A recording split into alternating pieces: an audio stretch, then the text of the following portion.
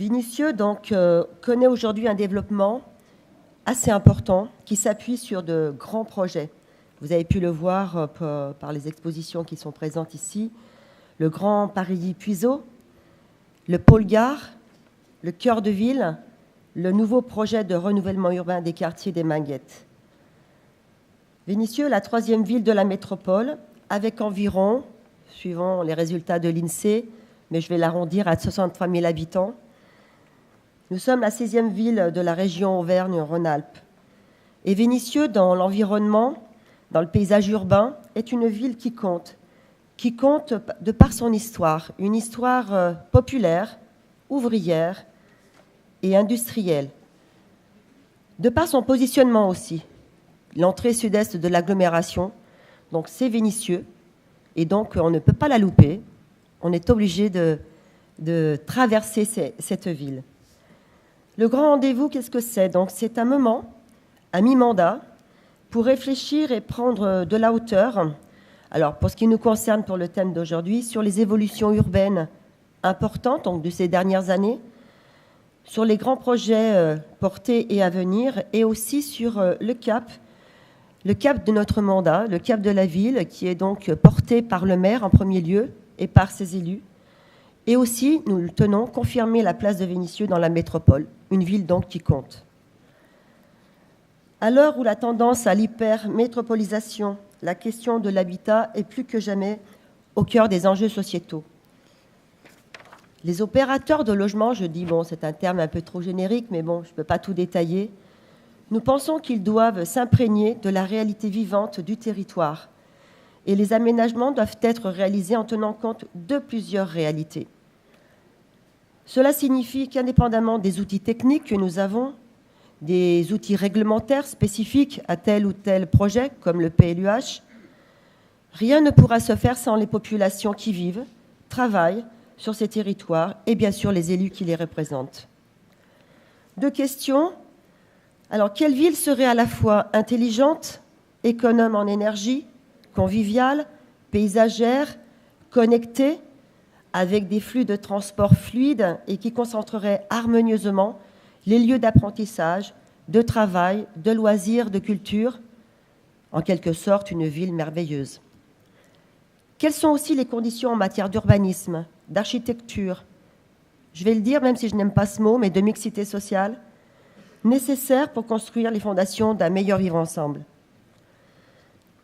Ce qui revient habituellement, c'est habiter ensemble, vivre ensemble, deux idées certes très généreuses, qui sont quelquefois trop proposées comme un projet social pour nos quartiers, pour nos villes, et qui ressemblent, à mon avis, plus à des slogans qu'à un véritable mode de renouvellement des réflexions et des pratiques, de nos réflexions et de nos pratiques.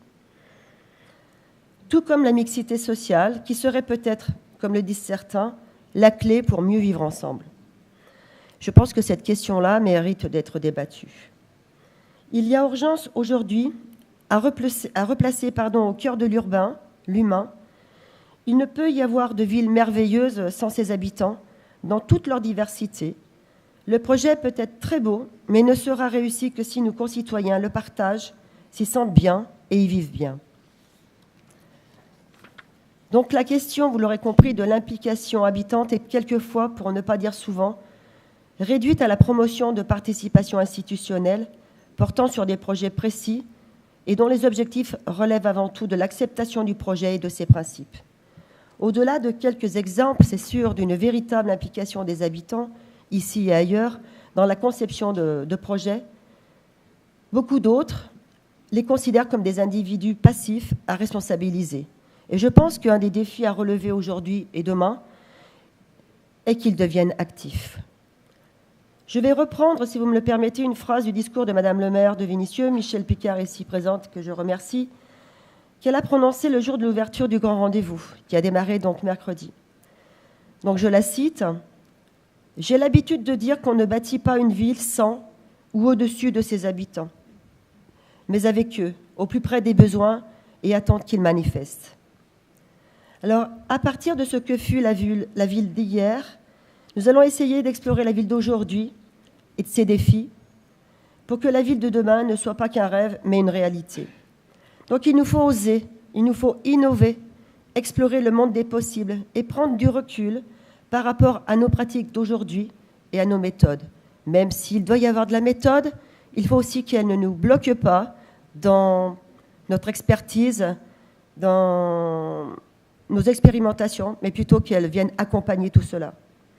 Donc aujourd'hui, la conférence, je ne serai pas longue, mais aujourd'hui, la conférence est l'occasion peut-être de le faire, certes, pendant 2 heures, mais qui peut peut-être nous aider pour la suite à agir ensemble.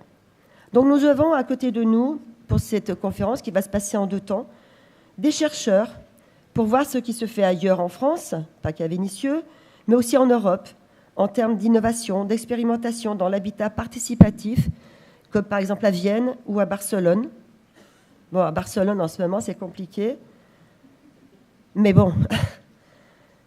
Aussi, nous aurons des acteurs de la construction, c'est important, comme des bailleurs qui proposent de nouvelles formes d'habitat solidaire, des promoteurs qui développent des projets urbains, alliant formes urbaines innovantes, bâtiments technologiques et surtout de nouvelles façons d'habiter ensemble.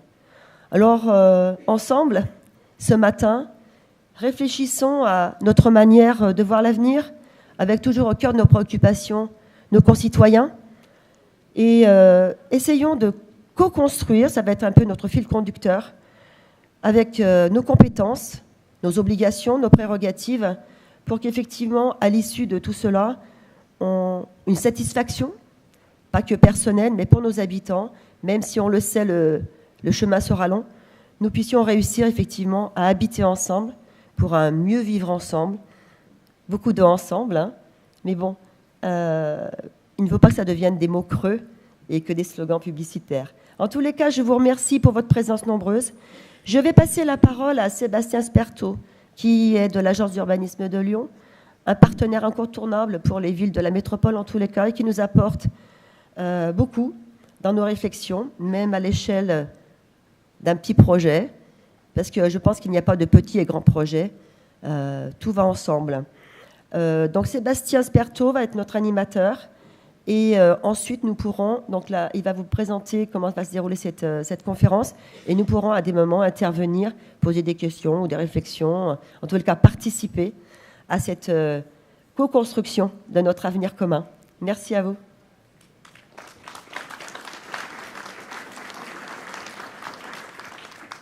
Donc on va commencer, je vais rapidement passer la parole à Madame Lydia Coudroy de Lille, qui est professeure de géographie à l'Université Lumière Lyon 2 et qui est responsable scientifique de la chaire Habiter ensemble la ville de demain. Elle sera suivie par une intervention de Aurore Meffroy, qui est postdoctorante et qui vous parlera de l'expérience européenne. En fait, dans cette première partie, vous aurez à la fois une lecture des positions parfois en France, mais aussi une lecture au niveau de l'Europe, et avec donc cette deuxième partie qui sera consacrée au cas viennois. Et ensuite, vous aurez l'intervention de M. Diego Miralles, qui, lui, vous parlera de 2 autres pays européens, l'Espagne avec les expériences barcelonaises en Catalogne, et puis un petit passage par la Belgique sur ce qu'on appelle les côtes, je crois. Voilà. Et vous aurez donc cette vision transversale. Donc, Madame Coudroy-de Lille, je vous propose de... Donc, bien d'abord, je voudrais remercier la ville de Vénissieux de nous avoir invités à ces grands rendez-vous de la ville de Vénissieux. C'est un grand plaisir que de participer à cet événement majeur dans le calendrier de la ville et qui nous donne l'occasion d'échanger avec vous, de présenter des programmes de recherche, des résultats aussi, et qui, j'espère, donneront lieu à des échanges fructueux. Alors, je vais commencer par... vous présenter d'abord le dispositif de recherche au nom duquel je parle aujourd'hui, donc en tant que responsable scientifique de ce dispositif. C'est une chaire de recherche dont l'intitulé, justement, rencontre très opportunément votre conférence. Nous n'avions pas décidé, évidemment, ensemble de cette convergence, mais la chaire de recherche dont je suis responsable s'intitule « Habiter ensemble la ville de demain ». Qu'est-ce qu'une chaire de recherche ? Qu'est-ce que cette chaire de recherche surtout ? C'est un dispositif collectif assez complexe qui rassemble des acteurs de la ville, Dans la partie supérieure de l'image, vous voyez qu'il y a 2 groupes privés, dont l'un qui est à l'origine de cette chaire, donc le groupe Bouygues Bâtiment Sud-Est. Le groupe Lafarge-Holcim s'est joint également au dispositif. Nous avons 3 bailleurs sociaux, le Grand Lyon Habitat, la SACVEL et Aliad Habitat. Une association qui s'intéresse aussi à la thématique du logement, vous connaissez bien à Lyon, Habitat, enfin pas seulement à Lyon d'ailleurs, Habitat Humanisme. La métropole de Lyon est partenaire également.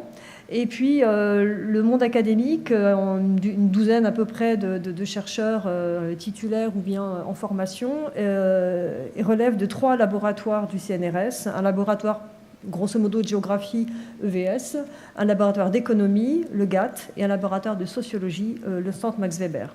Tous 3 font partie d'une fédération de recherche spécialisée sur la ville qui s'appelle le LABEX IMU, dont vous voyez le nom en bas, Intelligence des mondes urbains, donc un grand collectif de chercheurs sur Lyon-Saint-Étienne spécialisé sur la ville. Alors, comment marche une chaire de recherche ? Eh bien, c'est une équipe collaborative, vous l'avez vu, qui a l'originalité d'associer des scientifiques et ce qu'on appelle des praticiens de la ville. Et donc, nous échangeons régulièrement sous des formats écrits et oraux sur la ville et l'habiter ensemble. C'est une chaire interdisciplinaire, alors que souvent les chaires, c'est une personne, donc une discipline. Là, nous sommes des économistes, des sociologues, des géographes. Et puis, par nos travaux respectifs, nous intervenons en France, mais aussi sur des terrains étrangers, comme vous allez le voir aujourd'hui, ce qui nous permet de questionner évidemment ce qui se passe en France et notamment à Lyon, mais aussi de le mettre en perspective avec ce qui se passe à l'étranger, pas de manière comparative strictement, mais avec des points de vue décalés et des perspectives internationales. Et l'intérêt d'une chaire, c'est d'avoir des transferts entre les scientifiques et les partenaires, transfert de données, transfert de connaissances, dialogue, bien entendu, nous nous voyons régulièrement. Et pour ça, il y a différents dispositifs de rencontres, des séminaires, des ateliers. Et puis, les jeunes chercheurs sont au cœur du dispositif de transfert. Il y a des stages de master qui ont déjà fait des travaux chez les partenaires. Et puis, les doctorants conseils qui ont fait quelques missions également chez certains des partenaires. Donc, qu'est-ce qu'ils en attendent ? Voici quelques extraits de certains des partenaires. Par exemple, une vision prospective et comparée de la part de Bouygues Bâtiment Sud-Est. Des réponses nouvelles de la part des bailleurs sociaux sur les questions qu'ils se posent au quotidien, avec des séminaires un peu théoriques parfois. Une expertise locale sur la ville de Lyon qui est mise en comparaison avec d'autres expériences européennes pour la ville de Lyon. Donc il y a beaucoup d'attentes auxquelles nous essayons de répondre, mais nous avons le temps puisque le programme se terminera en 2020. Et donc pour l'instant, les échanges sont en effet très, très riches et très bénéfiques, je pense, pour tous les côtés. Alors, sur quoi travaillons-nous ? Quelles sont les questions que nous nous posons ? Eh bien, l'habiter ensemble, nous le questionnons avec 3 entrées qui sont complémentaires. Les formes urbaines, la morphologie, que nous questionnons à la fois du côté de la ville constituée, la ville déjà là, à quoi elle ressemble et comment on peut l'analyser, et puis la ville en construction, en train de se faire, d'où l'importance d'avoir des promoteurs dans notre dispositif. Les acteurs urbains, eh bien, ils sont nombreux à contribuer à ce qu'on appelle l'habiter ensemble, les acteurs politiques, économiques, associatifs et citoyennes. Et puis, nous intégrons aussi, pour certains axes de nos recherches, les comportements des habitants et des collectifs, donc tout ce qui procède des logiques de ségrégation ou au contraire de diversité. La manière de mettre en partage du temps, des espaces, des actions dans la manière d'habiter les logements. Donc ces 3 éléments en interrelation contribuent c'est par ces 3 entrées-là que nous interrogeons l'habiter ensemble avec donc encore une fois, autant que faire se peut, des perspectives internationales. La chaire est organisée en 4 axes. Le premier s'intéresse au renouvellement urbain, principalement en France, mais avec aussi des échappées dans certains pays européens. Deuxième axe, les tours dans l'habitat, un phénomène qui monte en régime et dont nous questionnons les attendus et les résultats. La régulation politique du logement social, voilà. La régulation politique du logement social et les logiques de peuplement dans le logement social, dans la métropole de Lyon. Et puis le 4e axe s'intéresse à l'habitat participatif et toutes ses variantes dans les pays d'Europe. Est-ce que c'est de l'innovation ? Est-ce que c'est de la réinvention de choses déjà existantes ? C'est ce que nous questionnons. Donc nous n'allons pas présenter aujourd'hui tous ces axes, nous n'avons pas le temps. On va insister sur les axes 1 et 4 aujourd'hui. Alors, je garde la parole provisoirement pour présenter l'axe 1. Le renouvellement urbain. Donc, la plupart d'entre vous dans cette salle, je suppose, est parfaitement au courant de ce qu'est le renouvellement urbain. En France, il est caractérisé par des opérations de démolition-reconstruction mises en place dans le cadre du PNRU, le Plan national de rénovation urbaine, piloté par l'ANRU. Et donc, dans le Grand Lyon, les opérations de rénovation urbaine ont été lancées entre 2005 et 2008. Donc, nous nous intéressons aux effets du renouvellement urbain, de la rénovation urbaine dans la métropole de Lyon pour commencer. Donc, nous avons commencé par identifier les espaces et la temporalité de ces opérations dans la métropole de Lyon en faisant une sorte des fiches et des cadrages chronologiques de tout ce qui s'était fait, quartier par quartier. Et puis, à partir de là, première étape, nous avons essayé de mesurer les effets sociaux du renouvellement urbain à l'échelle de la métropole, d'une part. Enfin, évidemment, on a fait une géographie sociale de la métropole de Lyon, et puis en ciblant, bien entendu, sur les espaces qui avaient été pris en compte. Alors, pour cela, voici le cadrage de notre étude, comment nous avons procédé. Le cadrage chronologique, il est balisé par des étapes nationales en vert sur le schéma, la création des zones urbaines sensibles et puis surtout la mise en place du PNRU en 2003. La chronologie locale, elle est en rouge, les dates de signature des conventions du PNRU dans la métropole de Lyon, 2005, 2007 ou 2008. Et puis, en violet, les dates des données disponibles pour effectuer un bilan des effets sociaux, c'est-à-dire les dates des recensements, 1992, 2007 et 2012. Alors, nous avons travaillé à l'échelle la plus fine possible, c'est-à-dire les iris, l'unité, le maillage spatial le plus fin dont nous pouvons disposer avec les données d'INSEE, qui correspond à des maillages groupant environ 2000 habitants. Donc, dans la métropole de Lyon, il y en a environ 500, donc c'est une échelle très, très fine. Nous avons donc isolé dans ceux-ci ceux qui couvraient des zones prises en compte comme zones urbaines sensibles et les quartiers de renouvellement urbain selon le PNRU.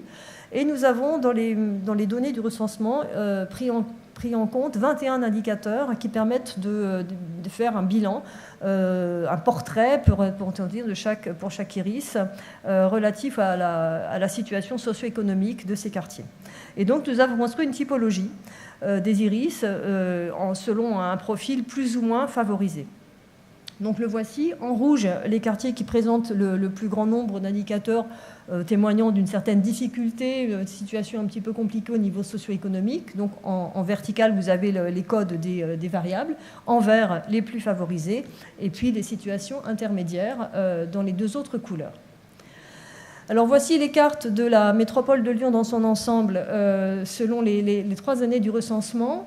Vous retrouvez les couleurs de ces territoires et sont délimités sur la carte en noir les territoires en PRU et puis les zones sensibles hors PRU en violet.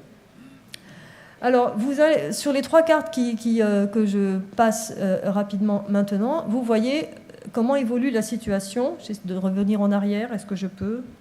Pas forcément. Attendez, j'essaye la touche rouge. Oui, c'est ça, je reviens en arrière. Merci. Donc, on voit que globalement, on a une zone de quartier favorisé en vert qui s'étend sur les 3 années. À partir du centre, donc on a une extension d'un noyau de quartier favorisé qui est assez bien visible quand on défile les 3 cartes. Et la couronne de quartiers plutôt défavorisés, en difficulté, que l'on trouve à l'est de l'agglomération, ce qui n'est pas une découverte, j'en suis bien consciente. Mais ce que l'on voit, c'est que cette zone est relativement stable, à l'exception de certains quartiers qui basculent, comme on le voit ici, du rouge vers le orange. Mais certains, globalement, la géographie des quartiers en difficulté ne change pas beaucoup. En tout cas, elle change beaucoup moins que la géographie des quartiers plutôt favorisés. Si on met en vis-à-vis les 2 cartes 99-2012, on constate que le nombre d'iris classés comme quartiers très défavorisés est stable, environ 57-59, donc c'est une stabilité. En revanche, le nombre d'iris favorisés a doublé. Et puis, ceux qui ont été concernés par les dispositifs de la politique de la ville, comment ont-ils évolué? Eh bien, globalement, en bien, puisque vous voyez les trajectoires, il y a nettement davantage d'iris qui passent de la catégorie très défavorisée ou défavorisée vers une catégorie plutôt aisée. Et puis, seulement deux iris, font la trajectoire inverse. Donc, on a une amélioration globalement sur l'échelle de la métropole, de la situation sociale des quartiers prise en charge par la politique de la ville. Mais quand on regarde dans le détail, si on fait des zooms sur certains espaces, on s'aperçoit que les effets sont en réalité très contrastés et que derrière cette remarque d'ensemble, c'est difficile de faire des généralités, car certains quartiers, effectivement, voient leur situation s'améliorer, comme le centre-ville de Saint-Priest. Pour d'autres, c'est plus stable, comme Bron-Parilly ou les Minguettes. Et à l'intérieur de certains espaces, on voit des contrastes très forts, comme à Saint-Priest aussi, où on a dans un même quartier du rouge et du vert qui coexistent. Donc on n'a pas de régularité et pas d'effet mécanique des dispositifs de renouvellement urbain. L'étape suivante de notre recherche, sur lesquelles je n'ai pas de résultats, ça va être d'évaluer l'effet sur les prix de l'immobilier, dont on se doute que globalement, les effets du renouvellement urbain, c'est plutôt une hausse des prix, mais dans quelle mesure, quantitativement, jusqu'où, dans le temps et dans l'espace? Est-ce que c'est la même chose selon les villes de France, parce qu'on fera une analyse également dans d'autres villes? Ça, nous n'avons pas encore la réponse, mais c'est des questions que nous nous posons. Et puis, nous avons quelques pistes pour mettre en perspective ces résultats avec d'autres pays européens. Alors, le Royaume-Uni et la Pologne, où, sans entrer dans le détail de ce tableau, on voit que la première difficulté, c'est de voir de quoi on parle quand on a les termes un petit peu équivalents. Et c'est encore plus compliqué qu'en France, puisqu'on a souvent 3 termes pour désigner à peu près rénovation ou renouvellement. Donc, on a commencé par déblayer un petit peu la terminologie. Et puis des contextes qui sont extrêmement différents. Sans entrer dans le détail de ces recherches sur le Royaume-Uni, car ce n'est pas moi qui les ai menées, on a des situations qui peuvent être plus conflictuelles dans les quartiers de renouvellement urbain au Royaume-Uni. Et un retour, ici la recherche met l'accent aussi sur le rôle des tours dans les opérations de rénovation urbaine. Mais il y a aussi des bonnes pratiques qui seront mises en évidence. Et en Pologne, le renouvellement urbain, contrairement à ce qu'on pourrait supposer à l'origine, au départ plutôt, ne concerne pas vraiment les grands ensembles comme chez nous, mais l'habitat ancien, comme vous le voyez ici sur une ville de Łódź, et concerne également des quartiers plutôt productifs ou logistiques, en l'occurrence le quartier de la gare centrale de la ville de Łódź, qui sera présenté tout à l'heure. Merci pour cette première partie d'exposé. Moi, j'avais quelques remarques aujourd'hui sur le plan européen. On voit certaines grandes villes comme Berlin qui ont été depuis très longtemps initiateurs de démarches participatives avec les Baugroup, qui s'interrogent aujourd'hui sur le phénomène, par exemple, de gentrification très fort que cette ville est en train de subir. Donc on voit, à travers les quelques exemples que vous avez montrés, ce phénomène de gentrification nous rattraper. Et surtout, ce que je retiens, c'est un peu les contrastes, en fait. C'est-à-dire que à travers les travaux que tous les acteurs mènent aujourd'hui sur le territoire métropolitain, ce qu'on peut constater, c'est effectivement de grandes améliorations, parfois une stabilisation, mais aussi, dans certaines parties, peut-être très ponctuelles du territoire, un phénomène de durcissement et d'aggravation.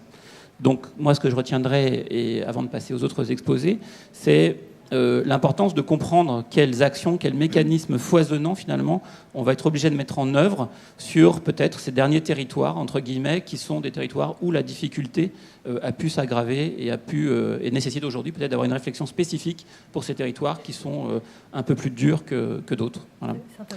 Est-ce qu'à cette étape-là, est-ce que déjà il y a des réactions? Est-ce qu'il y a des questions qui veulent être posées sur cette première introduction? On poursuit. Aurore. Donc, bonjour à tous. Je remercie à nouveau la ville de Vénissieux pour nous permettre de présenter un petit peu ces premiers résultats de la chaire et notamment la perspective plus européenne. Donc, je vais vous présenter ici quelques résultats qui sont aussi mon travail de thèse où j'ai effectué en terrain sur la ville de Vienne. Et où j'ai étudié notamment la remise en place de projets d'habitat participatif. Et ce qui est intéressant, c'est qu'en fait, cette catégorie d'habitat participatif, elle est finalement assez labile, je dirais presque assez molle, puisque donc on a à la fois des phénomènes de réinvention, de réécriture, d'héritage du passé, mais également une certaine porosité avec d'autres segments, et c'est ce que je vais essayer de présenter ici. En évoquant notamment la façon dont cet habitat participatif, donc on appelle Baugruppe à Vienne, interagit avec le secteur du logement dominant et institutionnalisé de longue date, mais comment aussi ce type d'habitat finalement interroge le fonctionnement de l'habitat conventionnel.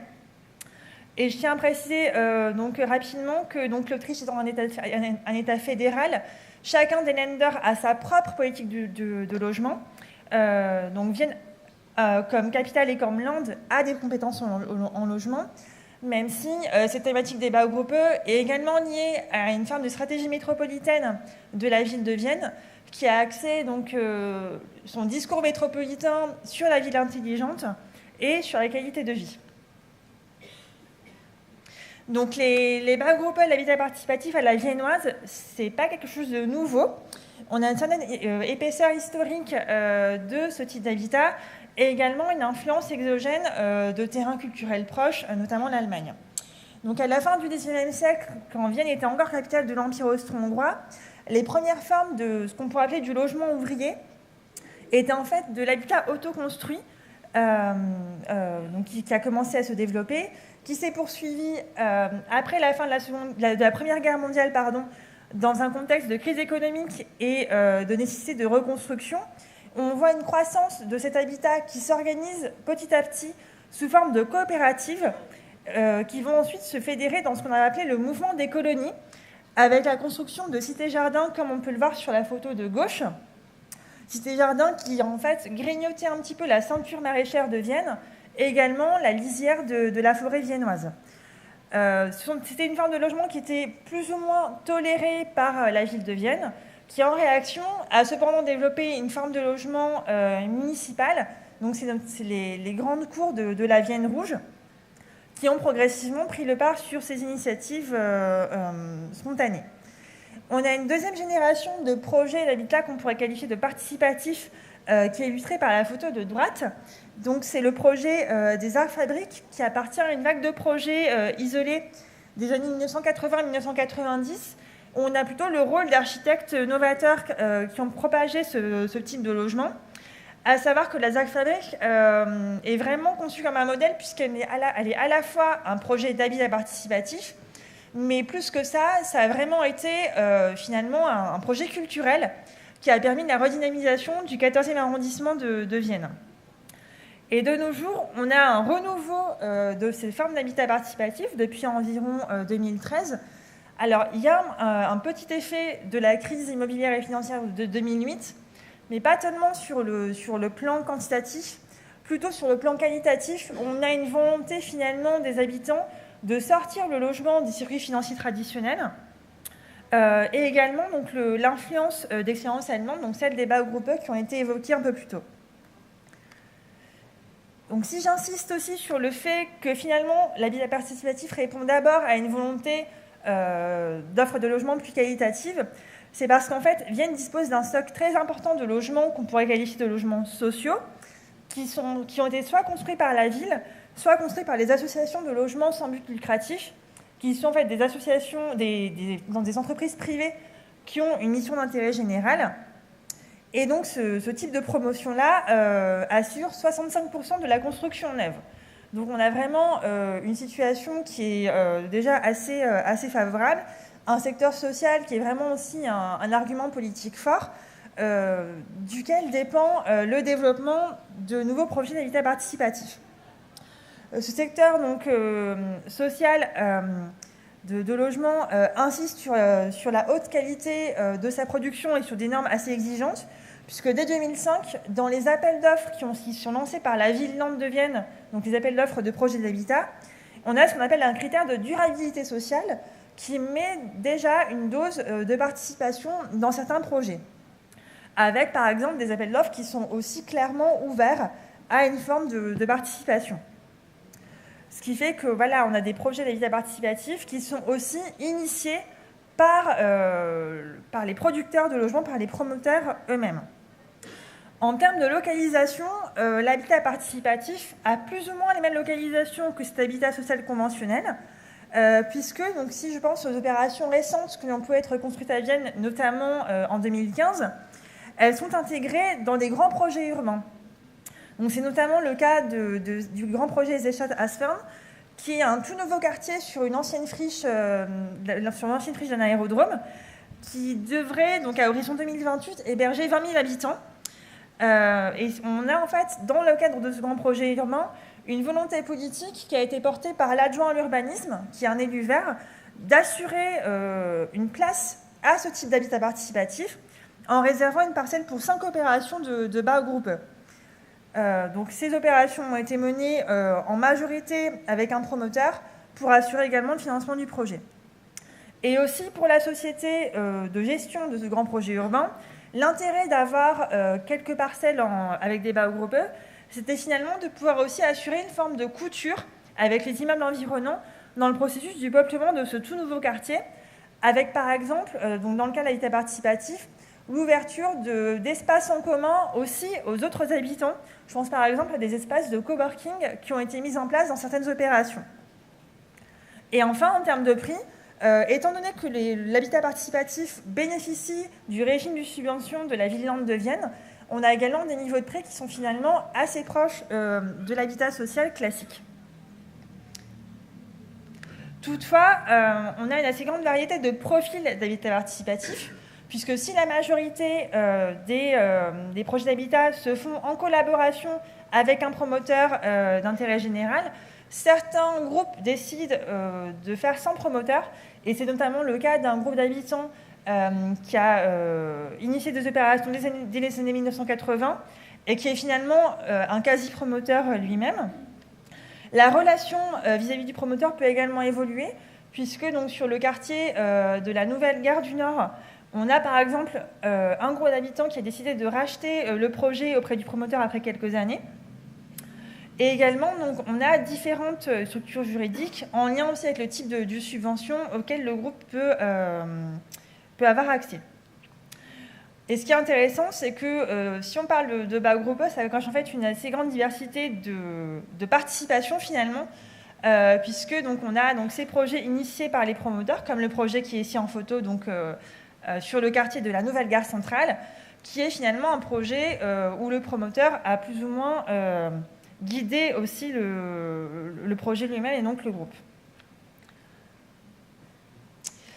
Et étant donné la forte insertion de cet habitat participatif dans un système déjà très normé de l'habitat social, on pourrait se demander finalement quelle est l'innovation, la valeur ajoutée qui est apportée par ces projets d'habitat. Donc ce qui est intéressant, c'est que donc on a notamment un accès au foncier qui peut être assez original, puisque donc, on a certains projets participatifs qui se sont développés via des baux amphithéontiques. Je pense notamment à l'un des projets qui a bénéficié d'un bail amphithéontique de la part d'une paroisse locale. On a également des profils sociétaux qui sont assez diversifiés, en sachant que les projets qui sont initiés par les promoteurs volontairement sont assez ouverts, puisqu'en fait, un tiers des logements est attribué par la ville de Vienne.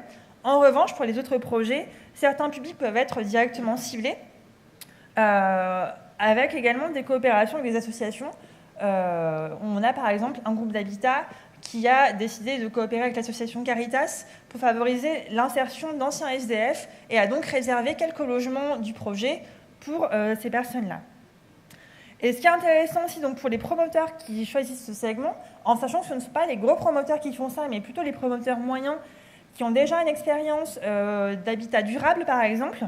L'enjeu donc, pour eux, c'est d'acquérir une nouvelle expertise et également de pouvoir bénéficier d'un groupe d'habitants qui ne bougera pas et qui prendra également soin de l'immeuble, tout en sachant qu'il y a aussi donc, un réseau, une réelle expertise qui va se nouer, notamment grâce aux architectes qui sont vraiment les personnes pilotes de ce type de projet, puisque l'association viennoise qui fédère tous ces projets d'habitat est dirigée par des architectes. Je vous remercie. Merci beaucoup. On passe à la suite, Monsieur Miralles, s'il vous plaît.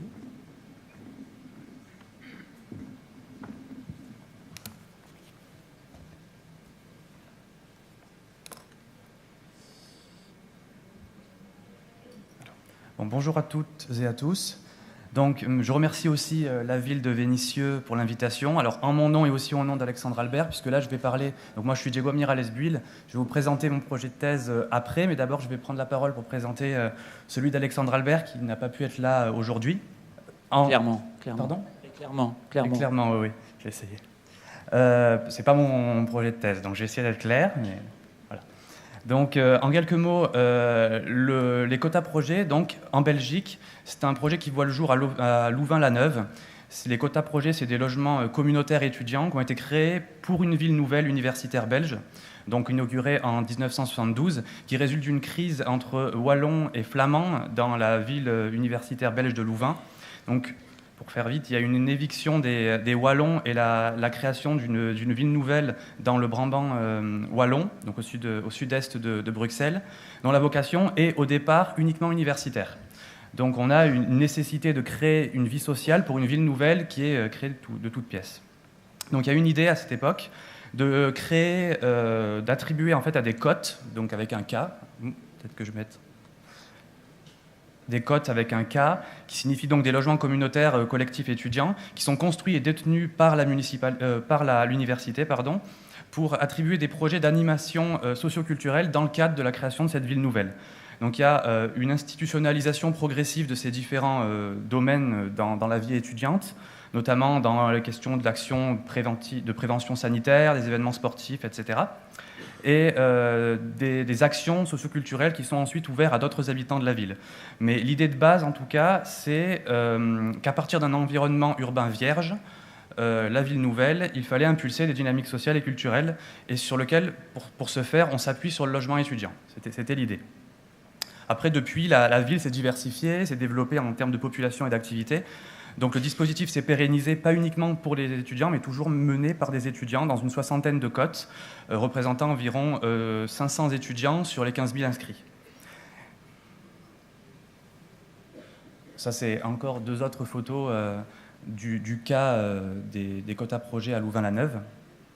Et donc, il y a une volonté dans les années 2010, suite à la découverte de ce projet, de l'appliquer en France et de transposer en fait sous le nom des colocations à projets solidaires, donc CAPS, K-A-P-S, par la FEV, qui est l'association de la Fondation étudiante pour la ville. Et le but est de loger à un coût modéré des étudiants en colocation. En échange de ce loyer modéré, ils doivent mettre en place des actions sociales dans des quartiers qui sont politiques de la ville. Donc ici, la FEV considère le logement comme que le logement peut être utilisé comme un pôle d'impulsion pour promouvoir une meilleure inclusion sociale notamment, qui est non pas dirigé uniquement à destination des étudiants, comme le cas de Louvain-la-Neuve au départ, mais prioritairement à destination des populations des quartiers populaires ciblés, ce qui est une différence assez importante par rapport au cas de Louvain-la-Neuve. Donc ça peut prendre deux modes d'intervention principaux. L'appui à une structure de quartier déjà existante, comme des centres sociaux par exemple, ou bien des associations à vocation sociale ou culturelle, ou bien des actions directement menées et créées par les habitants des CAPS, donc par les étudiants. Donc on peut noter au passage, donc Alexandre Albert nous rappelle qu'on peut noter au passage le parallèle dans cette application en France qui peut être fait entre la faiblesse des liens sociaux dans une ville nouvelle et celle qui existerait en principe, selon la FEV, dans des quartiers populaires où ces liens sociaux seraient également distendus.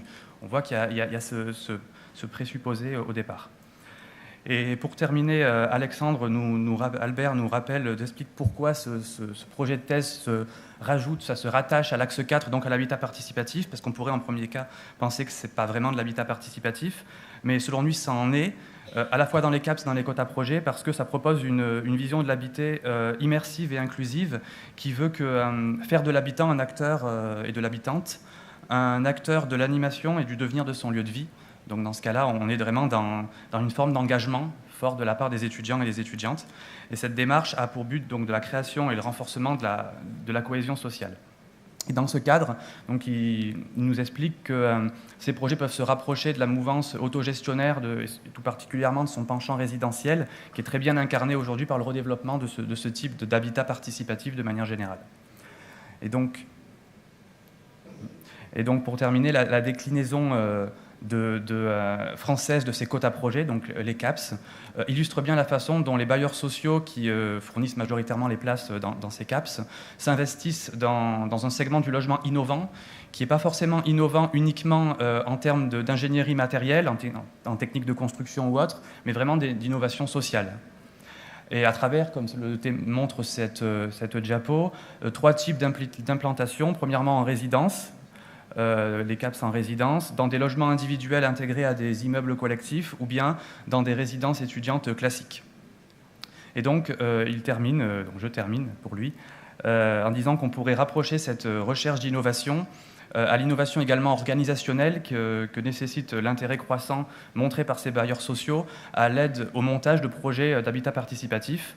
Et dans le cas des CAPS, elles s'incarnent justement par la collaboration entre des salariés de l'AFEV, donc de l'association AFEV, et des bailleurs sociaux dans la gestion locative justement de ces colocations. Donc c'est tout ce qui m'a donné. Il n'y a pas de retour d'expérience. Je ne sais pas si Lydia Coudroy-Delisle, la directrice de thèse de Alexandre, veut rajouter quelque chose. Oui, ça marche. Donc pour compléter un petit peu sur ce que ça donne, ces CAPS en France. Et les CAPS en France interviennent dans des quartiers déjà là. Donc c'est extrêmement différent. Ils étaient destinés à faire de la ville et de l'urbain en Belgique, et là à modifier les relations entre les habitants dans les quartiers d'intervention de la FEV. Ce que l'on observe, ce que Alexandre Albert observe dans ses enquêtes auprès à la fois des étudiants capseurs, parce que ce sont très majoritairement des étudiants, et puis les acteurs avec qui ils collaborent, c'est la difficulté qu'ils ont à définir leur mission et leur rôle en réalité. Car ils sont censés être relativement autonomes dans la définition de leurs actions sur le territoire. Et donc, ils sont de simples étudiants. Ce n'est pas forcément facile de s'improviser acteur social. Donc, leur difficulté souvent exprimée, c'est de trouver leur rôle. Et puis, dans cette action d'intervention sur le territoire, de ne pas empiéter sur des missions déjà effectuées par des acteurs sociaux dont c'est la mission principale. Donc il y a un ajustement nécessaire qui peut prendre des années. Et justement, les étudiants ne sont pas là pendant des années souvent, mais pendant une année ou deux. Donc il y a une temporalité qui n'est pas évidente à trouver.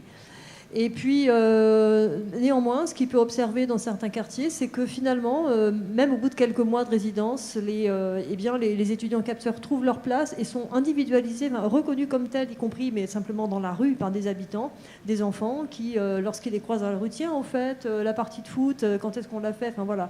Donc, néanmoins, il y a quand même des résultats très positifs sur certains quartiers. Donc c'est assez compliqué. Merci. Alors, maintenant, je vais vous présenter donc quelque chose que je connais un peu mieux, qui est en lien avec mon sujet de thèse, donc sur le logement en Espagne après la crise.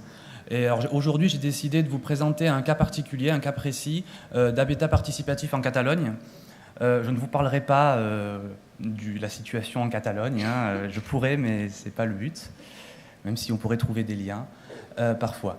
Mais là, je voulais vous présenter donc vraiment le cas d'un concours municipal de cohabitatge. Cohabitatge, ça veut dire cohabitat littéralement en français, l'équivalent de cohousing pour la version anglaise qui est un peu plus connue.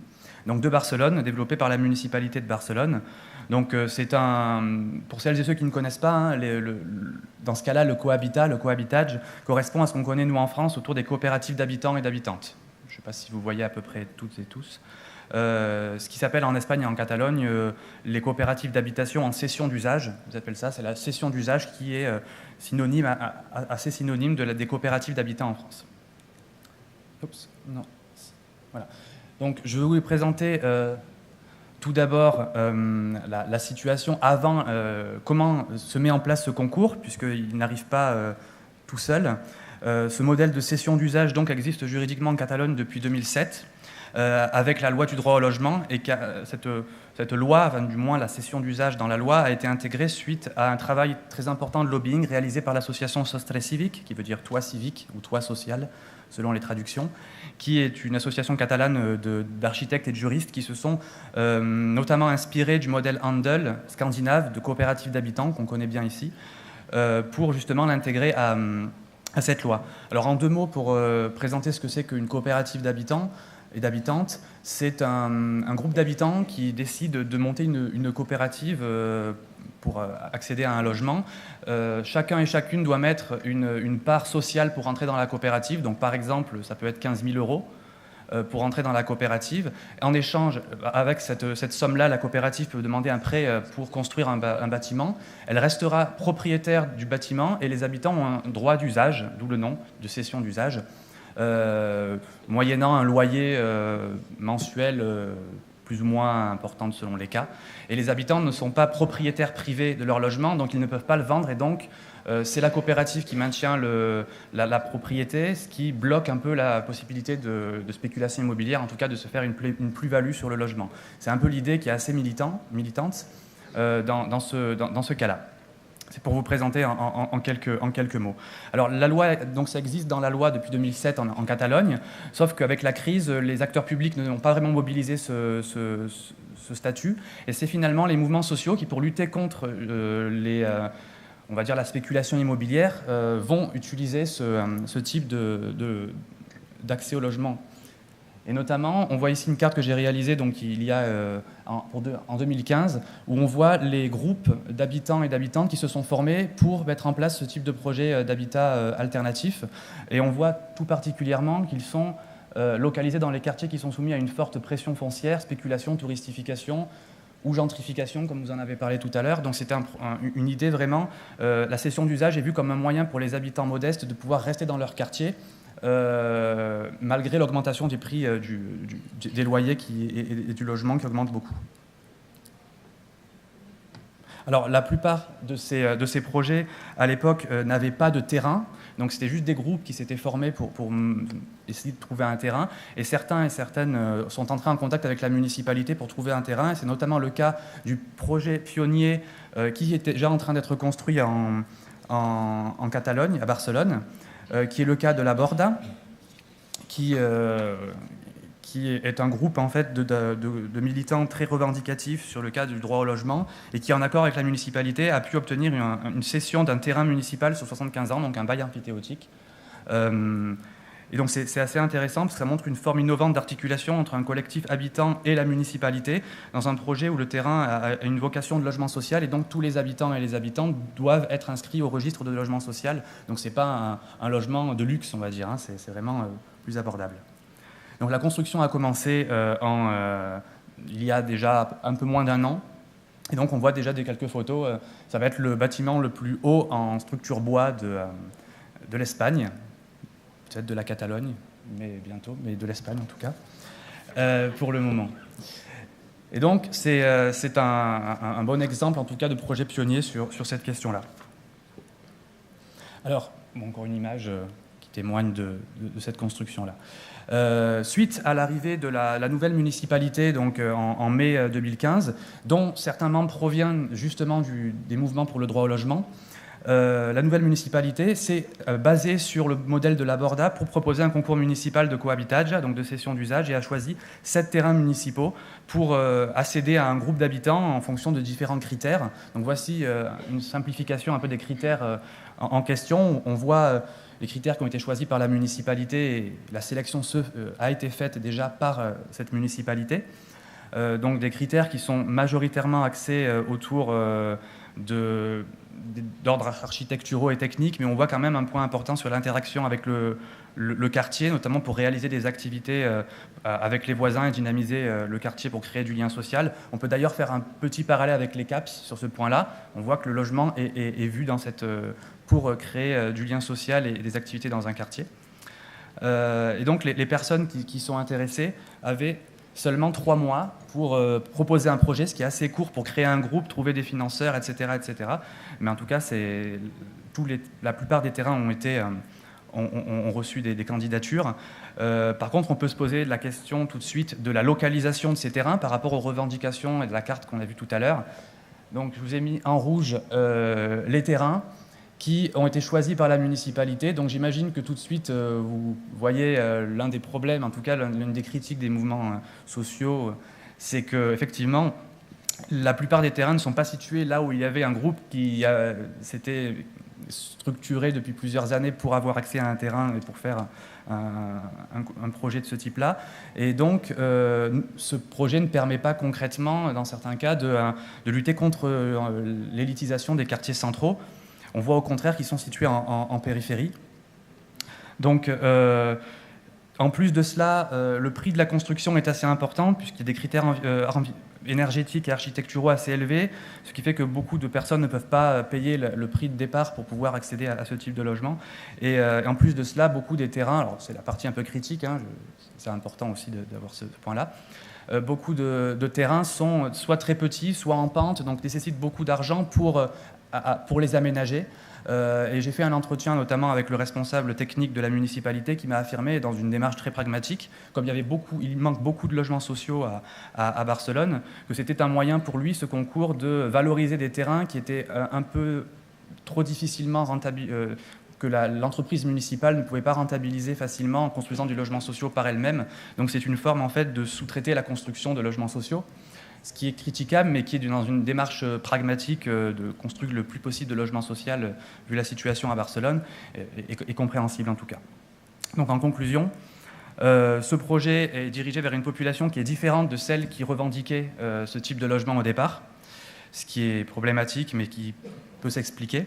C'est un concours qui a été redirigé, qui a redirigé ce modèle de cession d'usage, non pas pour lutter directement contre la spéculation ou l'élitisation des quartiers populaires centraux, ou la gentrification, mais plutôt pour, au contraire, être vecteur de mixité sociale dans les quartiers périphériques.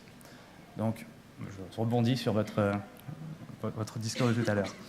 Néanmoins, ça permet de revitaliser également, de créer des projets de revitalisation du tissu associatif de ces quartiers, notamment encore en lien avec les CAPS, même si on peut voir parfois des tensions avec les habitants locaux, on va dire, de ces quartiers, qui voient un peu d'un mauvais œil, dans certains cas, ces habitants un peu plus riches qui viennent dans ces projets qui ne sont pas accessibles pour les propres habitants des quartiers.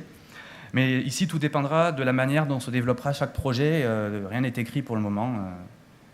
Comme le disent les habitants en citant Antonio Machado, le chemin se fait en marchant, comme il disait. C'est une très belle citation et je termine sur ça pour vous montrer justement que c'est un concours tout de même qui pose des bases d'une articulation innovante justement entre revendications sociales et action publique municipale et pose les bases un peu, comme le dit la municipalité, d'une nouvelle gouvernance urbaine du logement qui essaierait d'impliquer davantage l'action des habitants dans les lois et les politiques de logement de la municipalité. Avec une citation donc d'une militante qui a eu qui a gagné un concours justement, qui nous dit que le concours est critiquable, mais c'est un premier pas et que le dialogue est ouvert avec la municipalité pour essayer de mettre en place un concours qui serait différent ou du moins qui apprendrait des erreurs du premier. Je m'arrête là. Et ce que vous avez dit, c'est la question du dialogue et du coup la question aussi de la pédagogie et de la compréhension de cet exercice de l'habitat participatif. On voit bien que derrière, il peut y avoir souvent des associations, des mouvements de gens qui sont plutôt des éclairés ou des sachants. Or, aujourd'hui, face au bouleversement peut-être à la veille duquel se trouve la production de logement social, entre ce qu'on entend en ce moment sur l'évolution des lois et des financements,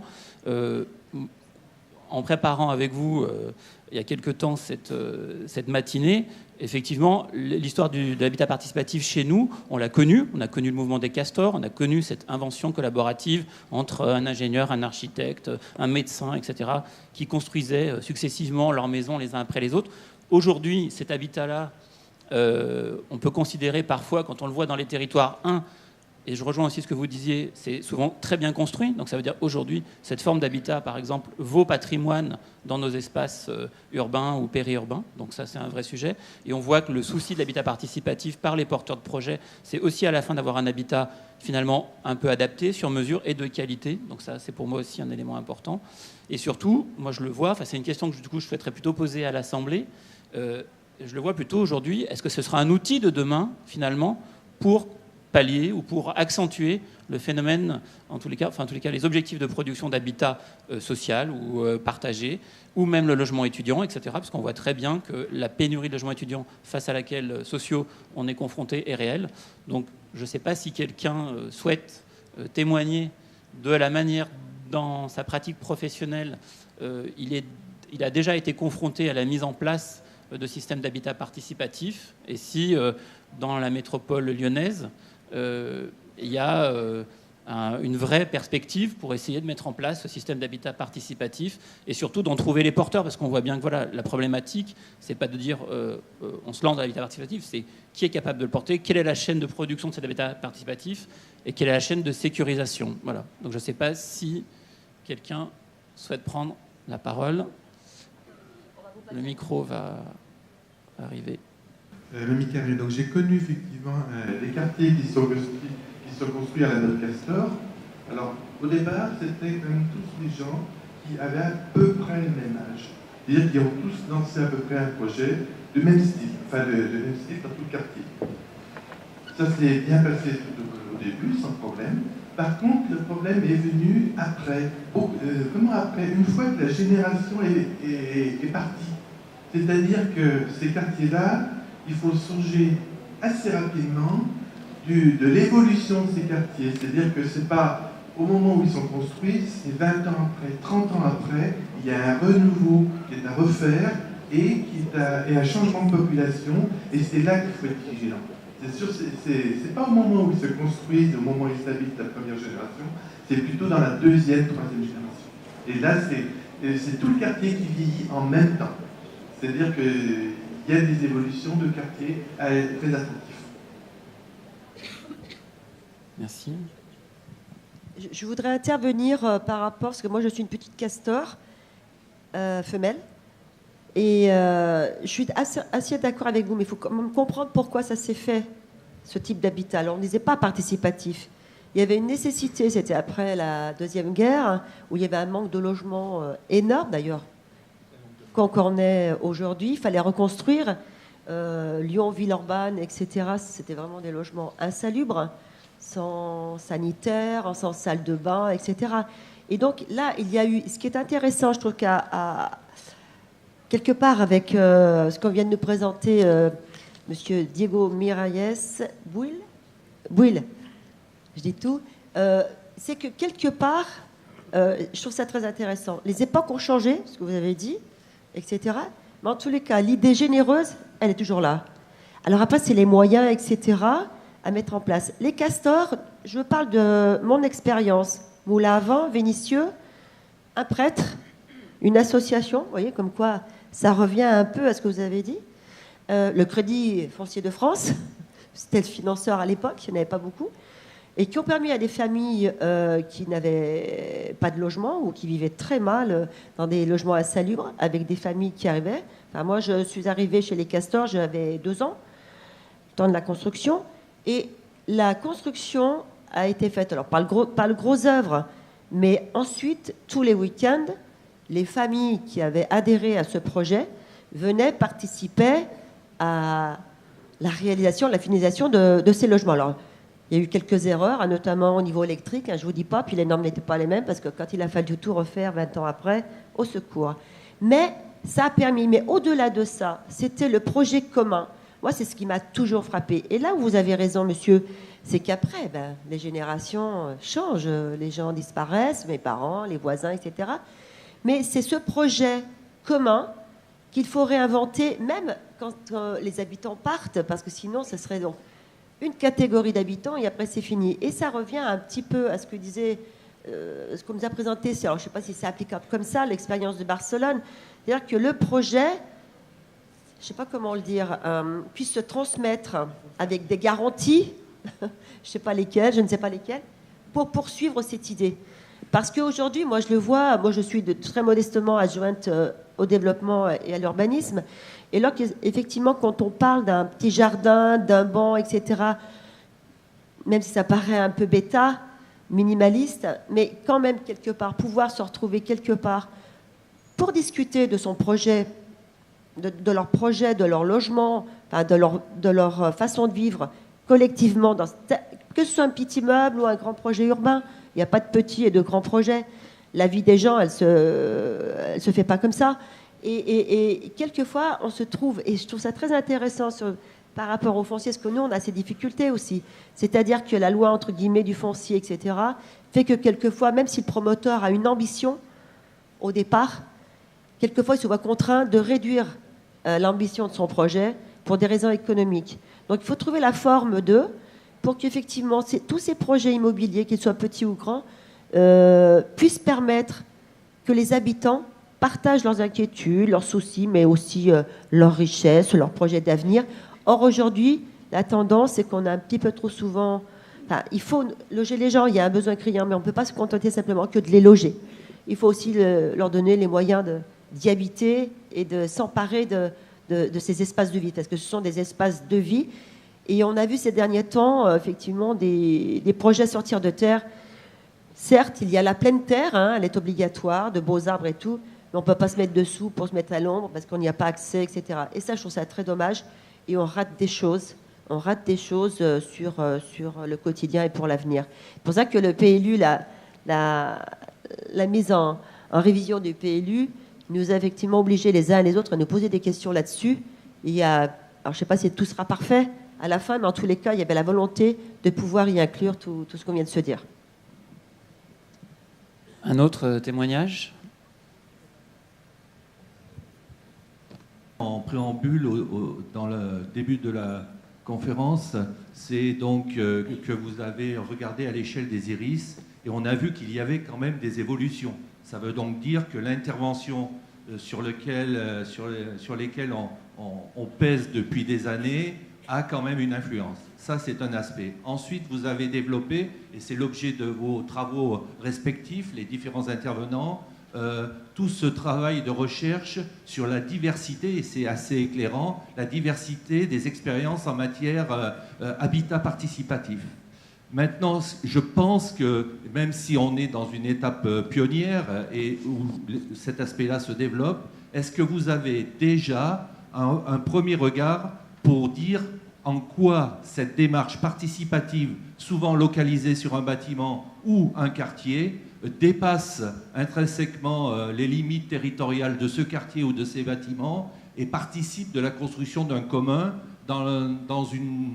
au moment où on repense la ville, au moment où on est dans des échelles intercommunales importantes et où le fait de l'urbanisation nécessite peut-être d'avoir un regard qui stoppe cette démarche de segmentation et les iris nous ont montré qu'il y avait quand même des différences sociologiques assez marquées, même à l'échelle d'un périmètre comme une métropole ou une commune. Voilà. Moi, ce qui m'intéresserait, c'est d'avoir vos premiers retours d'expérience sur la construction du commun à l'échelle d'une ville ou d'une métropole. Donc notre recherche, la première partie des résultats présentés n'était pas ciblée sur l'habitat participatif, hein, mais sur la rénovation urbaine dans les grands ensembles, donc c'est totalement différent. Maintenant, votre question porte plus largement sur la capacité de l'habitat participatif à faire commun au-delà d'un espace très, très circonscrit autour du logement. Pour avoir discuté ça avec Alexandre Albert, par exemple, puisque les CAP sont une forme effectivement d'habitat participatif, c'est ce qu'il essaye de mesurer, la portée spatiale des interventions des étudiants dans le quartier. Ils n'ont pas une masse critique suffisante, je pense, pour aller très très loin au-delà de leur quartier. C'est l'espace de vie, en fait, l'espace du quotidien qu'ils investissent. Donc faire du commun sur une échelle métropolitaine, je ne pense pas. En plus, la territorialité de l'habitat participatif, on avait travaillé un petit peu là-dessus lors d'une communication commune tous les trois l'année dernière, elle est aussi internationale en fait. Il y a un commun international qui se crée là-dessus parce que les milieux de l'habitat participatif sont organisés en réseau. Ils se rencontrent à la fois dans le territoire français, il y a différentes organisations qui s'en occupent, mais aussi au niveau international. Et en fait, il y a une culture urbaine, une culture de faire la ville de demain, pour reprendre l'expression d'aujourd'hui, qui se produit par Internet, par des échanges internationaux, par de la recherche internationale. Il y a un collectif de chercheurs qui se réunit régulièrement là-dessus. Donc là, l'échelle métropolitaine, elle est entre les deux, entre l'espace du quotidien et puis l'international. Je pense qu'elle est un petit peu oubliée. Je ne sais pas si vous voulez intervenir. Donc effectivement, par rapport à ce que j'ai pu observer en Autriche, donc je rejoins ce qui vient d'être dit, en sachant qu'effectivement la masse critique n'est pas suffisamment forte pour impulser véritablement un commun à l'échelle d'une métropole. Néanmoins, ce qui est intéressant, c'est la figure du réseau finalement, puisque par exemple, dans le cas autrichien, donc on a vraiment donc, cette fédération Gemeinsam bauen wohnen, donc habiter et construire ensemble, qui impulse aussi des projets d'habitat hors de Vienne, notamment dans les zones périurbaines et rurales, qui sont a priori pas celles auxquelles on pense forcément quand on entend parler d'habitat participatif.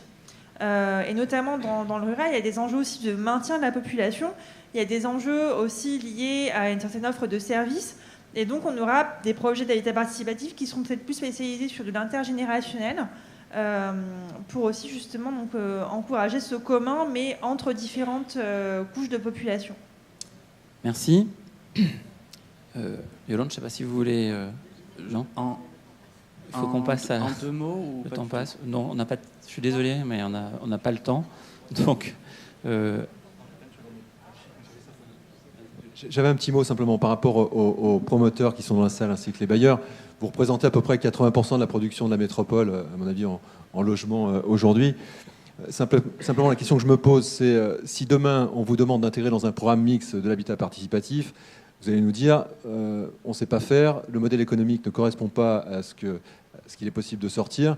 Donc j'imagine que derrière, il faudra que la puissance publique au sens large soit dans le cas de concours ou de consultation sur son foncier, demandera ce type d'habitat pour que ça sorte, soit il faudra réellement que le PLU, à l'instar de ce qui se passe pour les secteurs de mixité sociale, intègre peut-être dans les prochaines années ces secteurs pour de l'habitat participatif. Voilà.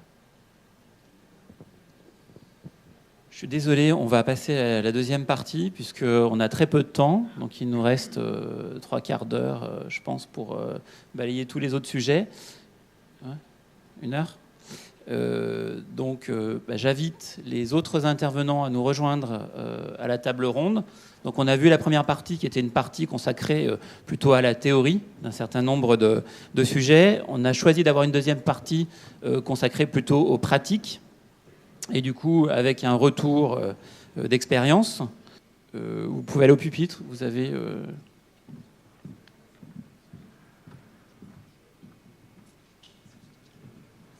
Bonjour à tous et à toutes. Donc, Aliade Habitat a créé en avril dernier une marque destinée à trouver des solutions de logement pour le public jeune, public de moins de 30 ans, mais pour lequel la difficulté, c'est la variété des statuts qu'il peut occuper aujourd'hui.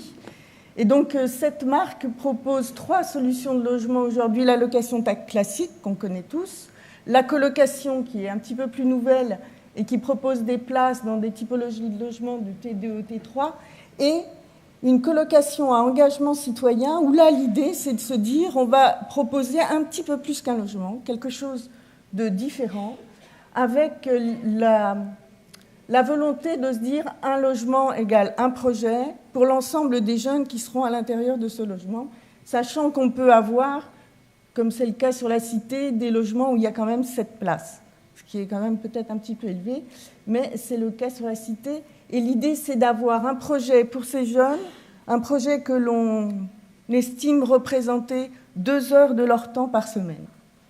Donc, on a 2 exemples. Le premier, puisque la Cité à Oulin a été l'occasion pour Aliade Habitat de reprendre une ancienne école qui était désaffectée. Ça a aussi été l'occasion de proposer des solutions de logement à l'école Cité, qui est donc une école de fresques urbaines et qui a largement participé à la rénovation de ce bâtiment.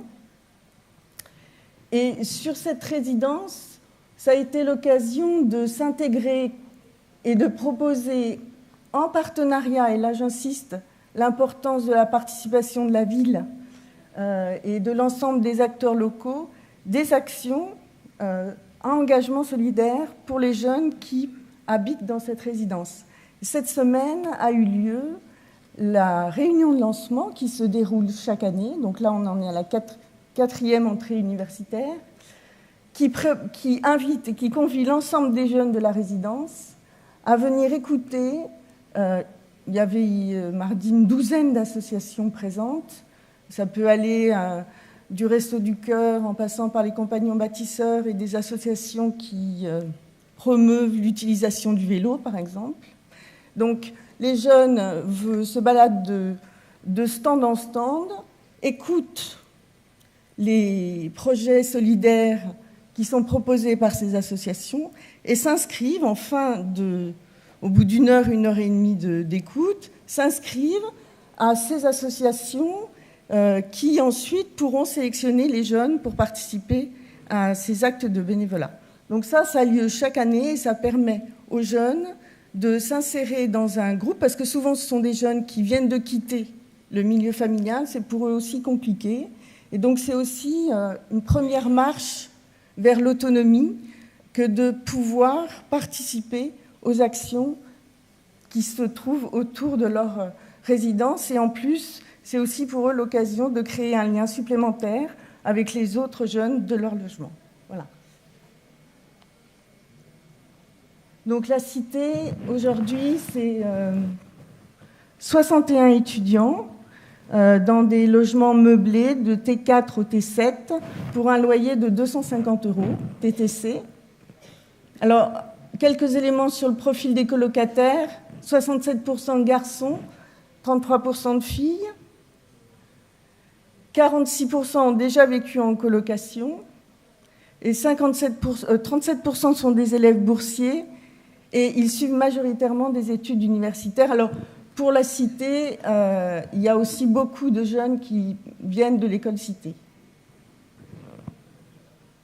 Comme je vous le disais, les actions citoyennes qui se développent sur ce quartier, enfin sur cette résidence, sont à l'attention du quartier, en collaboration avec les acteurs locaux et en partenariat fort avec la ville d'Oulin. Et c'est aussi, comme je vous l'ai précisé, vraiment l'occasion pour les jeunes aussi de rentrer dans la vie citoyenne à travers ces actions et sur ce territoire. Et en termes de moyens, pour Aliade d'Habitat, sur les 2 résidences, c'est une personne à temps plein avec un profil d'agent de développement qui gère les 2 résidences. Donc la 2e résidence, c'est Berthier-Albrecht, Lyon 8e arrondissement, où là, on a une configuration un petit peu particulière puisque Aliade d'Habitat a créé un immeuble neuf à l'attention des résidences, des étudiants, pardon, ce sont 2 petits plots, et a aussi réalisé une opération d'acquisition-amélioration d'un immeuble de 24 logements familiaux avec une partie de ces logements réservés aux seniors. Donc sur cette résidence, on va avoir 3 types de profils de locataires, des étudiants en colocation avec un engagement citoyen, des locataires seniors et des locataires de logements sociaux classiques. Sur cette résidence, on est quand même sur un quartier avec une situation géographique privilégiée parce qu'on est adossé à une école et qu'on est sur le quartier vraiment entouré de transports en commun sans difficulté. Alors, comme je vous le disais, on a quand même une topographie, une configuration des bâtiments très particuliers et des installations d'espaces partagés qui vont aussi nous permettre de créer des activités et des actions citoyennes au cœur même de la résidence. C'est-à-dire qu'on a un LCR, on a un terrain de pétanque, on a un potager collectif, on a des bacs à planter, si bien que on va retrouver sur cette résidence 3 grands types, je dirais, d'actions solidaires. Ça va être des actions dont l'objectif va être de développer du lien social parce qu'on va avoir un travail autour des logements seniors, un travail autour du jardin potager.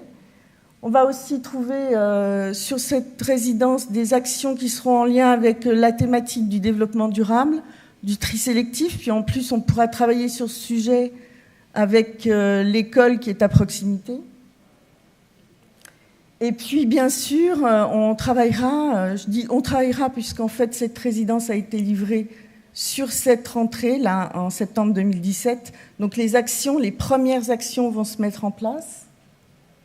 On travaillera donc principalement avec la mission Entrée-Est, avec lequel, sur d'autres territoires, nous avons déjà un partenariat mis en place. Voilà.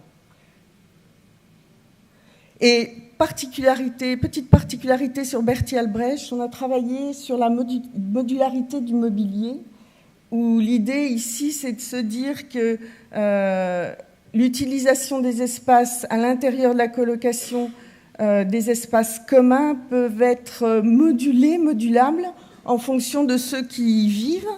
Et c'est pour chaque jeune l'occasion d'échanger et de travailler avec ses colocataires à comment on va vivre ensemble dans notre logement. Donc là, la boucle est bouclée, c'est comment je vis avec les autres dans mon logement et comment je vis avec les autres à l'extérieur de mon logement. Voilà. Donc, Lydia, peut-être dire quelques mots sur le quartier de Gare en Pologne.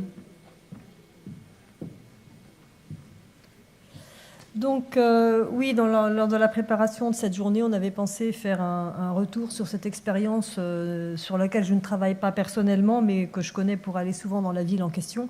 C'est un grand projet de gare. Or, comme il y en a un aussi à Vénissieux, ça pouvait être intéressant de voir un petit peu quels sont les autres grands projets de gare en Europe. Donc ici, ça se passe dans la ville de Łódź, donc ça s'écrit L-O-D-Z et ça se prononce Łódź en polonais. Donc situé au centre du territoire, à environ 120 km de Varsovie. C'est une ville industrielle, une ville champignon qui a un destin un peu comparable à Manchester. D'ailleurs, parfois on la surnomme la Manchester polonaise, avec une croissance urbaine et industrielle spectaculaire au XIXe siècle sur la base de l'industrie textile. Donc ça a été raconté dans un roman qui a été scénarisé en film par Andrzej Wajda qui s'appelle La Terre Promise et qui relate justement cette formidable aventure capitalistique et urbaine qui est la naissance de la ville. Cette aventure urbaine et économique, elle est un peu derrière elle désormais, puisque le textile a été victime de l'ouverture des frontières après 1990, et donc l'économie textile est en déclin, et la démographie aussi, comme vous le voyez d'après les chiffres. La ville est passée de 850 000 habitants en 1988 à 690 000 aujourd'hui. Donc Łódź appartient à ce qu'on appelle au club des villes rétrécissantes, des villes en déclin au niveau européen. Dans ce contexte, eh bien, la physionomie de la ville est extrêmement particulière. C'est parti d'un noyau villageois que vous voyez sur l'ensemble de cartes en 1810. C'était un village cerné de forêts et de cours d'eau très nombreux, d'où le textile. Il y avait du bois pour le bois d'œuvre, des moutons qui pâturaient pour la laine et de l'eau. Donc un environnement très propice à cette activité. Et c'est une véritable ville qui s'est développée à partir d'une place centrale qui est le carré que vous voyez sur la carte de 1830, et donc un centre-ville très restreint, parce qu'on n'avait pas préfiguré la croissance urbaine, et une avenue le long duquel on a loti les terrains pour l'urbanisation future, sous forme de petites maisons, puis d'immeubles modestes, et d'immeubles cossus pour les contremaîtres et les patrons que vous voyez en bas. Le tout, donc, on est parti de quasi rien au XIXe siècle, et on est arrivé à 1 demi-million d'habitants en 1900, donc on peut vraiment parler d'explosion urbaine. L'usine est omniprésente dans le paysage de la ville encore aujourd'hui, des usines spectaculaires en briques qui sont des éléments de patrimoine industriel extraordinaire comme on n'en voit nulle part en Europe, mais qui sont aujourd'hui aussi une charge pour évidemment la ville qui s'est emparée d'une partie de ses bâtiments progressivement pendant la période communiste et puis après elle. Donc la physionomie de la ville, elle est marquée par un centre toujours structuré par des axes nord-sud d'une très grande longueur, ça fait environ 7-8 km, et il y a une ceinture ferroviaire qui fait le tour de toute la ville. La voie ferrée principale arrive de l'ouest de Varsovie, c'est la voie ferrée qui se termine en terminus dans le centre de la ville, et vous avez une couronne de gares périurbaines qui est reliée par un ensemble de gares périurbaines reliées par une couronne ferroviaire que vous voyez sur cette carte. La revitalisation urbaine, le renouvellement urbain, il a d'abord concerné dans les années 2000, vous le voyez, la totalité quasiment du centre-ville, la tache jaune puis le pointillé sur la carte de droite, compris à l'intérieur de cette couronne périurbaine. Les efforts ont porté donc sur la revitalisation des immeubles un par un, immeubles d'habitation qui menaçaient littéralement de s'écrouler pour beaucoup, et puis sous la forme de grandes opérations de renouvellement urbain à vocation plutôt commerciale. Ce n'est pas ce dont je vais vous parler aujourd'hui, parce que ce sont des opérations pour l'essentiel finies, Mais ce qui est en cours aujourd'hui, c'est une grande opération dans le quartier autour de la gare. Donc vous revoyez ici la voie ferrée qui arrive de Varsovie et qui se termine en terminus à la gare aujourd'hui.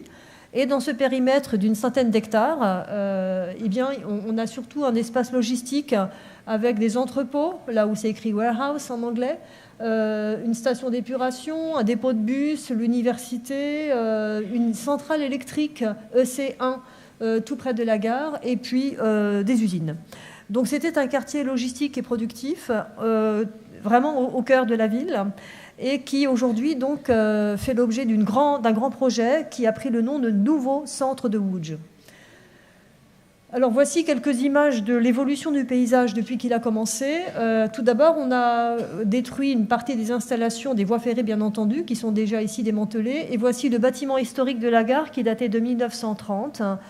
C'était le deuxième bâtiment. Il y en avait eu un autre auparavant du 19e qui avait été détruit. Et on a commencé par démolir à peu près tout ce qu'il y avait à la surface de ce terrain. Et par démolir pour parfois reconstruire à l'identique certaines installations industrielles de passé, comme la tour sur la photo en haut à droite, et l'ancienne tour, enfin la tour de l'ancienne centrale électrique qui était entièrement démontée, enfin démolie et reconstruite à l'identique, mais pour d'autres fonctions. Et voici la vision du chantier aujourd'hui. La gare est fonctionnelle. L'idée, c'était de ne plus faire de cette gare une gare terminus, mais une gare traversante. Mais comme on ne pouvait pas traverser le tissu urbain en surface, eh bien, les voies ferrées ont été enterrées à 16 mètres au-dessous de la surface et relient d'autres gares de la ville, celles qui sont sur cette fameuse couronne ferroviaire, par un tunnel. Alors, ce tunnel n'est pas achevé, mais en tout cas, la gare actuelle est construite. Donc, l'ensemble de la gare est désormais en surface. Et tous les édifices anciennement logistiques et industriels ont été, pour beaucoup d'entre eux, reconstruits à l'identique. Alors voici le panorama de la gare d'abord à l'intérieur. On a reconstruit des facsimilés de la façade historique à l'intérieur d'un bâtiment contemporain, comme vous le voyez. Donc ça, c'est le bâtiment de la gare elle-même. Et autour d'elle, eh bien, voici l'allure des bâtiments qui sont en train de sortir de terre, des bâtiments qui reprennent la brique comme matériau pour rappeler le paysage et le patrimoine architectural local. Mais les fonctions, ils sont totalement différentes. On a dédié essentiellement ce nouveau quartier de gare aux fonctions culturelles. Donc, dans cette partie-là du projet, on a ce qu'on appelle le centre de la science et de la technologie, donc des musées, des lieux de création également autour de la science et de la technologie. Et l'autre partie, c'est sur le cinéma. Łódź étant une ville consacrée au cinéma depuis fort longtemps, c'est là que se situe l'équivalent de la FEMIS en France, donc l'école de cinéma d'où sont sortis tous les grands cinéastes polonais que nous connaissons à l'étranger, donc Polanski, Wajda, Zanussi, etc., Pawlikowski. Et donc là, vous aurez des studios de post-production, un théâtre sonore, des musées là aussi, enfin tout autour du cinéma. Je crois que c'est la dernière diapo, oui c'est ça. Donc juste pour dire quelques mots d'originalité de ce projet, c'est son ampleur, donc une centaine d'hectares. L'enveloppe budgétaire globale, c'est environ 900 millions d'euros. Largement financé, évidemment, on est en Pologne, donc c'est un pays qui dispose de beaucoup de fonds européens. Donc les fonds européens y concourent énormément. Et l'originalité de ce projet par rapport à d'autres projets de gare en Europe, comme il y en a eu à Château-Creux ou à Liège, c'est que ce ne sont pas des bureaux. Comme vous le voyez, on n'a pas du tout misé sur le tertiaire de bureaux, parce que Varsovie est trop proche, probablement aussi, mais sur les fonctions culturelles, en retrouvant des fonctions culturelles qui sont liées à l'identité de la ville, en l'occurrence le cinéma, qui est ici très très intensément mis à l'honneur. Et l'autre particularité, c'est qu'il y a très peu de logements à l'intérieur de ce quartier. Il n'en comptait déjà presque pas. Il n'y en a presque pas non plus dans le nouveau projet. Merci beaucoup. Et donc, l'exemple que je vais vous montrer, il est assez significatif de cette évolution du métier qu'on constate. C'est la touche verte. Donc, je vais vous présenter qui on est très rapidement. Vous présenter les grandes généralités de ce projet Eureka, Confluence, et puis surtout faire un focus sur l'approche qu'on a eue de réintroduire les notions de santé et de bien-être dans l'aménagement d'une partie de ce quartier. Donc Link City, en fait, on a un opérateur urbain adossé au groupe Bouygues Construction. Donc on est effectivement une filiale de développement immobilier. J'ai mis un peu l'organigramme en haut puisque en fait vous connaissez certainement Bouygues Immobilier et donc on est cousins, mais on est distincts aussi. En fait, nous, on a une particularité, c'est qu'on s'est beaucoup concentré sur des opérations multiproduits qu'on traite de manière désilotée, c'est-à-dire que les mêmes équipes fonctionnent et conçoivent un projet d'îlot multiproduits, donc sur mesure avec les parties prenantes. Et c'est ce qui fait qu'on a été toujours dans une démarche de co-construction avec des parties prenantes qu'on met autour de la table. Alors, donc on est 300 aujourd'hui en France. On construit tout type de produits. Donc je passe vite. Hein. Et quelques exemples de ce qu'on peut faire qui illustrent un peu cette évolution du métier. À Éperon, près de Caen, on accompagne par exemple donc un aménageur à définir l'identité de sa ZAC, puisqu'on sent bien que pour fédérer, il faut aussi avoir du sens, une identité forte associée à un projet immobilier. Donc on peut aider sur ce type de problématique. On a bien sûr à impliquer les habitants dans la définition des projets. Et donc par exemple à Rennes, on a pu créer une enquête audiovisuelle auprès des habitants, parce qu'en fait il y avait la redéfinition d'un ancien hôpital en plein cœur de ville. Et c'est clair que cet ancien hôpital, il fallait avant tout qu'il réponde aux besoins des habitants pour en faire un vrai lieu d'attractivité. Voilà. Et donc on utilise de plus en plus des méthodes collaboratives. À droite, en haut, on a réuni 40 partenaires autour d'une candidature. On voulait candidater donc à un démonstrateur industriel de la ville durable avec donc la ville et la métropole de Strasbourg. On a fédéré ces 40 partenaires pour définir ce qu'on voulait faire avec la métropole. On n'a pas gagné ce concours, mais en tout cas, c'est illustratif de ce qu'on a envie de faire. Et puis, on utilise aussi beaucoup, de plus en plus, les phases chantier pour activer un certain nombre, expérimenter un certain nombre de services et puis faire en sorte que les habitants découvrent, se réapproprient les chantiers très en amont pour qu'en fait on puisse impulser un certain nombre d'usages quand on a délivré les bâtiments et les quartiers. Et notamment en Suisse, par exemple, le groupe a mis en place des ressources, une ressource qui était là pour animer la vie de quartier pendant 2 ans et créer ensuite une association de quartier qui prenait la relève de cette personne qu'on payait pendant 2 ans pour que ça parte très vite en termes d'animation. Voilà, c'est des exemples de l'évolution de notre métier. Mais Eureka Confluence est assez significatif sur ce sujet-là, puisque Eureka Confluence, c'est un projet donc assez ambitieux de démonstrateur industriel de la ville durable. Je n'ai pas le temps de développer ici, mais il y en a 16 en France, c'en est un des 16. L'idée, c'est de démontrer le savoir-faire français en matière de quartier durable pour l'exporter à l'international. C'est impulsé par le gouvernement. Et ce projet-là, ce qui est significativement différent, c'est sa gouvernance. C'est une gouvernance publique-privée, 14 groupes, publics ou privés, qui se sont associés pour concevoir la ville de demain avant de l'habiter. Donc, c'est 14 partenaires qui se sont réunis en consortium, mais dès la stade de candidature, voilà tous les partenaires qu'on a pu mettre autour de la table. Donc vous voyez, un projet immobilier aujourd'hui, c'est quand même beaucoup de partenaires. Donc avec des compétences différentes, que ce soit sur l'énergie, l'eau, la mobilité, les services de proximité, la santé, le bâtiment, et puis beaucoup de partenaires plus institutionnels qui nous accompagnent. Il y a des chercheurs, il y a des sociologues, il y a le TUBA qui est là aujourd'hui et qui va vous présenter une initiative qui nous accompagne à fédérer, à expérimenter, et puis qui va nous accompagner dans l'animation d'un club qui s'appellera le Club Eureka pour impliquer les habitants dans la définition de ce quartier. Voilà pour les généralités d'Eureka. On a trois ambitions, grandes ambitions sur ce projet. C'est de travailler sur la e-santé et bien-être, j'y reviendrai. C'est aussi de déployer des nouveaux services de proximité, réinventer l'expérience de ville, donc en proposant par exemple une navette autonome qui est déjà en place, en travaillant bien sûr sur les mobilités douces, en travaillant sur les réseaux sociaux de quartier, en mettant en place des tiers-lieux éphémères, en les testant, et puis peut-être qu'ils alimenteront un tiers-lieu pérenne dans le projet immobilier. Et puis on travaille énormément aussi sur l'aspect performance environnementale, énergie, avec de belles innovations qui sont d'utiliser par exemple la blockchain pour tracer les échanges d'énergie.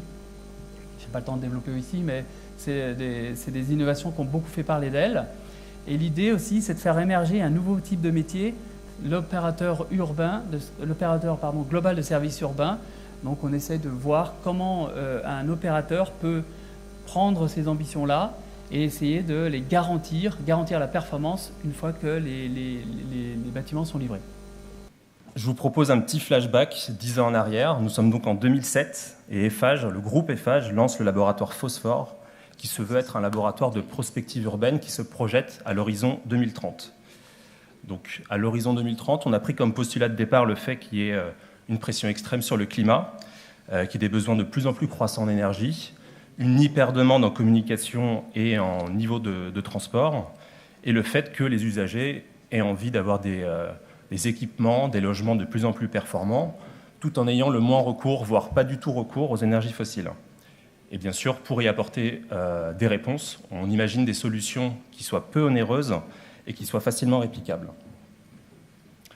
Donc pour y arriver, il a fallu opérer une rupture dans l'approche, en termes de management humain, en termes d'équipe de travail. Donc on a pu réunir un collège d'experts au sein du groupe Eiffage. Je ne vais pas vous refaire une présentation du groupe, mais vous savez qu'il y a la construction, l'infrastructure, l'énergie et les concessions. Donc on peut imaginer un nombre d'experts assez important qui n'avaient pas l'habitude de travailler ensemble. Au-delà de la sphère Eiffage, on s'est ouvert à l'extérieur. Il y a des profils très variés, à commencer par les usagers, parce que ce qu'on imagine, ce n'est pas pour nous, c'est pour nos clients et ceux qui vont occuper les bâtiments qu'on va réaliser, et des experts en sciences humaines, en sciences sociales, et des élus. Donc l'idée, c'était d'analyser de manière assez systémique les besoins et les solutions. Donc bien sûr, comme on est à 2030, on s'est projeté sans contraintes commerciales, sans contraintes juridiques et sans contraintes culturelles. Et on a voulu concrétiser ces réflexions-là sur des terrains de jeu réels, sur 3 territoires qui ont été ciblés, Marseille, Grenoble et Strasbourg.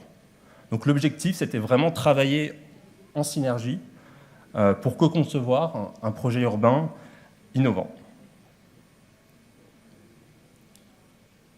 De cette méthode de travail a pu émerger une méthodologie qu'on a appelée la haute qualité de vie. Parce que c'était bien beau de travailler en groupe pendant des années, mais voilà, on reste un grand groupe, on reste un petit peu des industriels, on a envie d'un moment donné de formaliser les choses. Donc il y a 4 points essentiels qu'on souhaite que vous reteniez. Le premier, avant tout, c'est replacer l'homme et l'usage au cœur de la conception du projet, de répondre aux exigences de développement durable avec des réponses systémiques, mettre en œuvre des innovations qui soient économiquement viables. Il ne s'agit pas d'empiler de la technologie qui soit hors de portée et surtout qui vire à une obsolescence assez immédiate. Et surtout travailler avec ce qu'on appelle, nous, le génie du lieu, le génie du territoire, pour que les réponses soient adaptées aux spécificités des lieux sur lesquels on va travailler. Ça vous semble peut-être un gadget, c'est central dans la performance d'un bâtiment. Tous les bâtiments, ou très peu de bâtiments qu'on livre aujourd'hui, et je parle sous le contrôle de nos collègues de Bouygues aussi, ils sont tous au niveau de performance demandée. Il n'y en a aucun, ou très peu, qui sortent au final les performances, parce que les utilisateurs n'ont pas les outils pour l'utiliser. Donc ça, c'est un point très important. Je referme la parenthèse. Merci Christophe. On teste pas mal de sujets. On les a réunis aujourd'hui sur SmartSeille, qui est une première étape.